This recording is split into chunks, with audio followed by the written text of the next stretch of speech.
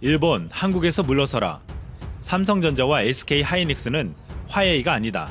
지난 25일 미국 업계 이익을 대변하는 미국 기업 연구소 클로드 바필드 연구원이 칼럼에서 일본을 비판하면서 한 말입니다. 그는 한일 과거사와 관련해 어느 편을 들겠다는 것이 아니라 일본의 위험하고 파괴적인 보복을 말하려는 것이라고 했습니다. 일본의 수출 규제가 5G 이동통신에서 중국의 지배력을 키우는 결과를 초래할 것이라고 보았습니다. 현재 세계 외신에서는 한국의 뜨거운 불매운동을 소개하고 있습니다. 미국 유력 경제지인 월스트리트 저널은 한국의 보이콧 풍경, 우리 가게는 일본 제품 안 팔아요 라는 제목의 기사에서 한국인들이 일본산 제품이라면 모조리 불매 선언을 하고 있다고 했습니다. 한국 소매점들이 일본산 제품을 판매하지 않는다는 공지를 걸어두고 일본산 제품을 매대에서 빼고 있다며 5만 개가 넘는 매장이 이 운동에 동참하고 있다고 보도했습니다. 또한 일본 정부는 한국의 불매운동으로 인한 경제적 타격을 아직 우려하고 있지는 않지만 한국은 일본에 있어 세 번째로 큰 수출 대상국이라며 이건 한국과 일본 둘 다 지는 게임이라고 전했습니다. 영국 일간지 가디언은 24일 한국에서 벌어지는 일본 불매운동을 집중 조명했습니다.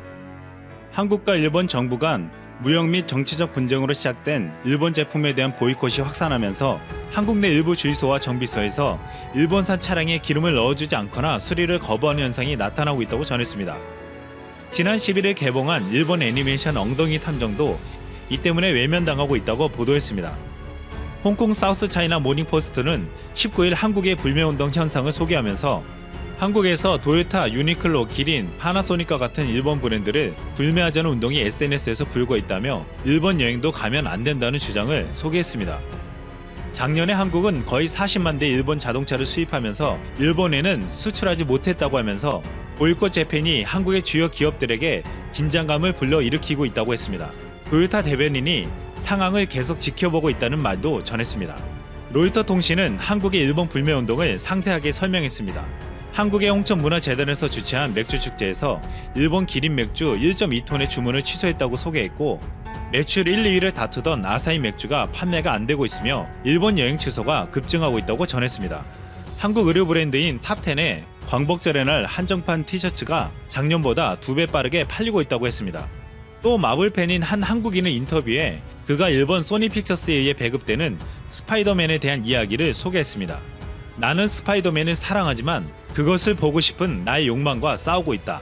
중동의 알자지라도 수십 년간의 불신이란 제목으로 한국 자영업자들의 자발적인 보이콧을 소개했습니다.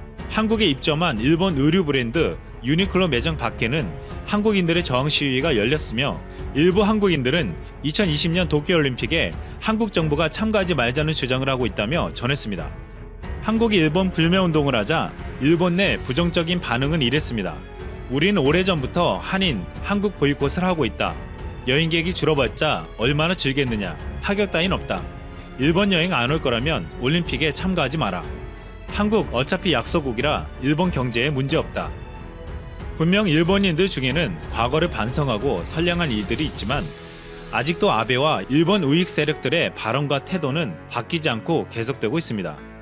25일 일본 불매운동 리얼미터의 여론조사에서 우리 국민 10명 중 7명이 참여하겠다는 의사를 밝혔다고 했습니다. 이제 참여율이 거의 70%에 육박하고 있습니다. 보이콧 재팬, 일본 제품 불매운동은 오늘도 계속되고 있습니다. 이상 스모왕이었습니다. 베트남의 중국 대체로는 미중 무역 전쟁 발발 이후 끊임없이 제기돼 왔다. 글로벌 펀드 매니저들이 다시 베트남으로 향하고 있다. 베트남이 코로나19 사태에서 선방하면서 빠른 경제 회복이 기대되자 해외 투자자들이 베트남으로 눈길을 돌리고 있는 것. 블룸버그의 16일 보도에 따르면 이달 외국인 투자자들은 베트남 주식을 순매수하고 있다. 올해 1월 이후 처음이다. LC모어그룹과 코엘리 자산 운용 등 주요 프론티어 마켓 펀드 운용사들도 베트남 주식 비중을 늘리고 있다. 여기에 베트남 국내 투자자들의 활동도 활발해지면서 베트남 증시는 가파른 오름세를 탔다. 베트남 호치민 증시 VN 지수는 3월 저점에서 26% 뛴 상태다. 5월에는 한 달 상승률이 13%에 달해 아시아 증시 가운데 가장 좋은 성적을 냈다. 베트남 증시가 승승장구하는 배경에는 빠른 경기 회복에 대한 기대감이 있는 것으로 분석된다. 베트남은 코로나19 사태에서 신속하고 단호하게 대응해 피해를 최소화했다는 평가를 받는다. 베트남의 누적 확진자는 334명에 그친다. 이웃국 싱가포르와 인도네시아에서 4만 명 안팎의 확진자가 나온 것과 비교되는 대목이다. 그 결과 베트남은 4월부터 봉쇄령을 풀고 경제 활동을 재개할 수 있었다. 또 베트남 정부는 은행 대출을 구조조정하고 대출 이자를 삭감하거나 면제하고 근로자들에게 62조 동 규모의 지원금을 풀면서 적극적인 경기 부양에 나섰다. 경제 회복을 가속하기 위해 공공투자를 앞당기고 행정개혁도 추진한다는 계획이다. 이런 노력에 힘입어 베트남은 올해에도 플러스 성장이 기대된다. 응우옌 수원 훅 베트남 총리는 지난달 22일 베트남 경제 성장률이 4에서 5% 수준을 유지할 수 있을 것이라고 자신했다. 국제통화기금 역시 올해 아시아에서 베트남이 가장 높은 성장률을 기록할 것으로 보고 있다. 앤드루 브로드닐 애쉬모어그룹 펀드 매니저는 블룸버그의 코로나19 사태에서 강력한 대응과 정부의 투자 가속이 베트남 경제 전망을 밝게 한다면서 현재 운용 중인 770억 달러 규모의 프론티어 마켓 펀드 가운데 베트남 비중을 최대로 키웠다고 전했다. 지난해 말 이후 베트남 투자액을 50% 늘렸다고 한다. 스웨덴에 본사를 둔 코엘리 자산 운용 역시 3억 5천만 달러 규모의 프론티어 마켓 포트폴리오 가운데 베트남 비중을 올해 초 18.6%에서 최근 25%까지 높였다. 사실 베트남은 일찍부터 미중 갈등의 수혜국으로 꼽혀왔다. 미중 갈등의 불똥을 피하기 위해 기업들이 중국을 대체할 제조업 기지로 베트남을 눈여겨봤기 때문이다. 기업들의 탈중국 행렬이 이어지는 가운데 지난달 애플 역시 중국에 있던 에어팟 생산 라인 일부를 베트남으로 옮기겠다고 밝힌 상태다. 베트남 동 가치도 안정적으로 유지되고 있다. 동은 미국 달러 대비 올해 0.3% 하락하면서 아시아 통화 가운데 가장 선방했다. 아시아 프론티어 캐피탈의 루치르 데사이 펀드 매니저는 대규모 경상수지 흑자와 탄탄한 외화 보유액이 베트남 동 가치를 뒷받침하고 있다고 설명했다. 블룸버그는 프론티어 마켓 펀드 매니저들이 베트남 소비자 기업에 대해선 매수를 추천했고 부실 채권을 우려해 은행주에 대해선 경계심을 보였다고 전했다. 애쉬모어그룹은 산업자재와 부동산 종목 비중도 늘린 것으로 전해졌다. 세계 1위 휴대폰 모뎀칩 생산 기업인 미국 퀄컴사가 미중 갈등 여파로 중국 생산 시설을 베트남으로 옮긴다. 일본에 이어 미 글로벌 기업들까지 탈중국 베트남 행렬에 동참하자 베트남 정부는 투자 인프라 개선에 속도를 내는 등 포스트 차이나 야심을 숨기지 않고 있다. 24일 VNX 블로러 등 현지 매체에 따르면 퀄컴은 중국 생산 라인 대체를 목표로 베트남 하노이의 신규 공장과 연구개발센터를 짓기로 최근 결정했다. 2003년 베트남에 사무소를 개설한 퀄컴이 17년 만에 둥지를 옮겨 동남아에 처음 터전을 잡은 것이다. 퀄컴은 하노이 생산 라인과 연구소를 기반으로 빈스마트와 비아텔 등 베트남 IT 기업들의 테스트 서비스를 제공하는 방식으로 현지화 작업도 같이 진행한다. 퀄컴이 이전 결심을 굳힌 것은 심화하는 미중 갈등이 결정타가 된 것으로 알려졌다. 중국은 지난달 미 행정부가 자국 IT 기업 화웨이 등을 겨냥해 수출 규제 조치를 내리자 퀄컴과 시스코, 애플 등 미 글로벌 기업들을 블랙리스트에 올리는 등 반격에 나선 상황이다. 이로 인해 애플은 지난달 무선 이어폰인 에어팟 조립 라인을 중국에서 베트남으로 옮겼으며 중국 네 다른 미 기업들 역시 베트남 등으로 생산 시설 다변화 작업에 착수한 것으로 전해졌다.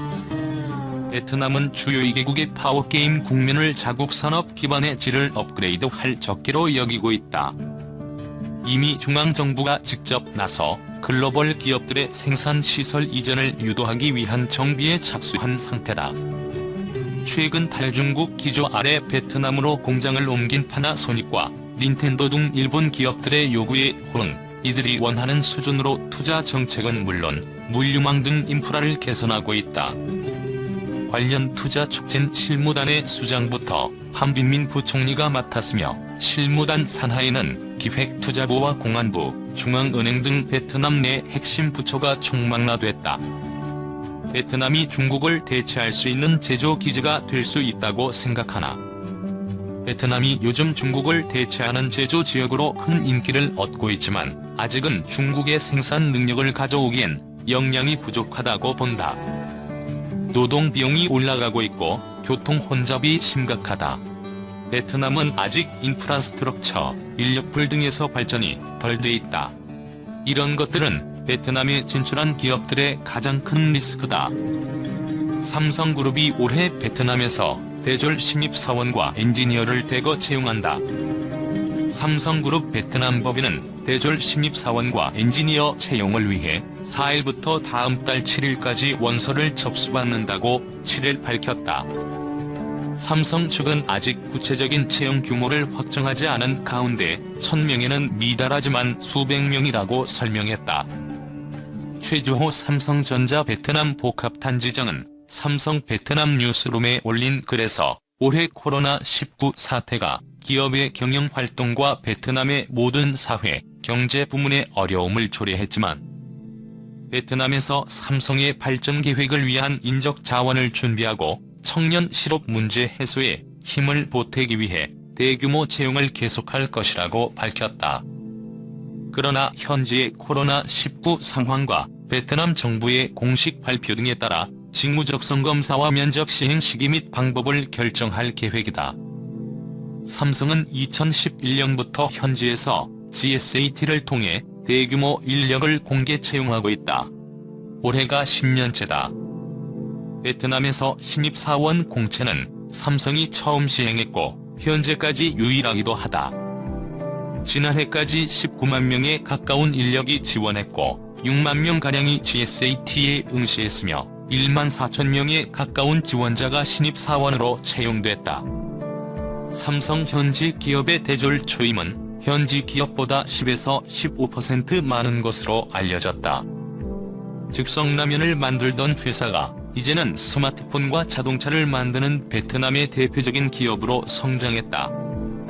바로 SK그룹과 한화그룹이 지분 투자해 주목을 받았던 빈그룹의 이야기다. 지난 1993년 즉석라면 등 식품을 생산하던 빈그룹은 현재 자동차와 스마트폰, 고부가가치 산업에 집중하면서 지난해 시가총액은 167억 달러로 전년 대비 27% 올랐다. 지난 2018년에는 세계 최대 가족기업 750곳 중 382위를 차지해 116계단 뛰어오른 그야말로 폭풍 성장 중인 기업이다. 빈그룹의 성장은 기술을 바탕으로 고부가가치 제조업에 집중한 덕분이다. 최근에는 최종 제품뿐만 아니라 부품까지 그 영업을 확대하고 있다. 25일 베트남 현지 매체 베트남비즈 등에 따르면 베트남 북부 광린 성지 자체는 빈그룹의 부동산 사업부인 빈홈즈가 광린성 산업단지에 자동차 부품 공장을 세우도록 허가했다. 이에 따라 빈그룹은 오는 2021년까지 부품 공장을 완공해 설비 투자에 들어가고 2022년 자동차 부품 생산량 50만 개를 시작으로 늦어도 2025년까지 100만 개를 달성하겠다는 방침이다. 또한 외국인 투자자들과 합작하는 것은 물론 부품 생산에서 현지 업체 비율을 50%까지 끌어올릴 예정이다. 베트남은 대부분 자동차 부품을 수입에 의존하고 있다는 문제가 지적되는 만큼 빈그룹이 관련 투자를 늘리면 산업 경쟁력도 높아질 전망이다. 빈페스트라는 자동차 사업부를 운영하고 있는 빈그룹은 그동안 자동차 산업에 많은 공을 들여왔다. 특히 내년 1월 전기차 시범주행을 시작해 7월에는 대량 생산에 들어갈 계획으로 배터리는 LG화학에서 수급받을 예정이다. 최근에는 호주의 자동차 연구개발센터를 세웠고 미국 자동차 시장에 진출하겠다는 포부를 밝히는 등 베트남산 자동차를 세계에 알리겠다는 의지가 강하다. 이를 반영하듯 올해 초 제조업 관련 투자를 늘리기 위해 항공사 진출 계획을 철회하기도 했다. 글로벌 시장에서 한국이나 독일 자동차 브랜드와 경쟁할 정도는 아니지만 자국 내에서 꾸준히 점유율을 높여가고 있다. 빈페스트는 올해 1분기 베트남에서 5,124대를 팔아 현대차, 토요타, 기아차, 혼다 다음으로 많은 판매량을 기록했다. 다만 빈그룹이 자동차와 부품 시장에서 치열한 경쟁에 직면할 것이라는 우려도 있다. 아세안 회원국들은 서로 무관세로 자동차 부품을 수입할 수 있고 베트남이 유럽연합과 자유무역협정을 맺으며 낮은 관세의 유럽산 자동차와 부품이 시장으로 유입될 가능성이 커졌기 때문이다. 하지만 엔진이나 트랜스미션 등 핵심 자동차 부품을 제대로 생산할 여력이 없는 상황에서 맨 땅에서 시작하는 대신 외국인 투자자들과 협력을 강화하면 기술 이전을 노릴 수도 있다. 실제로 베트남 정부는 저렴한 인건비의 해외 기업의 제품만 생산해주는 수준에 그치지 않고 합작회사 설립 시 기술 이전을 조건으로 다는 등 현지 생산력 강화에 강한 의지를 보여왔다. 빈그룹의 스마트폰 사업부인 빈스마트도 빠른 성장세를 보이고 있다. 빈스마트는 지난 2018년 말 첫 스마트폰 모델을 출시했으며 $214 미만의 중저가 스마트폰 시장에 집중하고 있다. 또한 올해 1에서 4월 판매량은 120만 대를 돌파해 지난 4월 기준 시장 점유율은 16%로 삼성전자와 중국의 오포 다음으로 높았다. 출시 2년도 되지 않아 시장 점유율 3위에 안착한 것이다. 특히 올해에는 5세대 이동통신 네트워크 투자에 집중할 것으로 보인다. 게다가 미국과 중국 간 무역 분쟁이 치열해지고 중국을 벗어나 시장을 다변화하려는 기업들이 늘면서 베트남이 반사의 이익을 보고 있다. 최근에는 미국의 반도체 기업인 퀄컴이 베트남 수도 하노이에 연구개발센터를 세우겠다는 계획을 밝혀 빈스마트와 협력해 나갈 계획이다.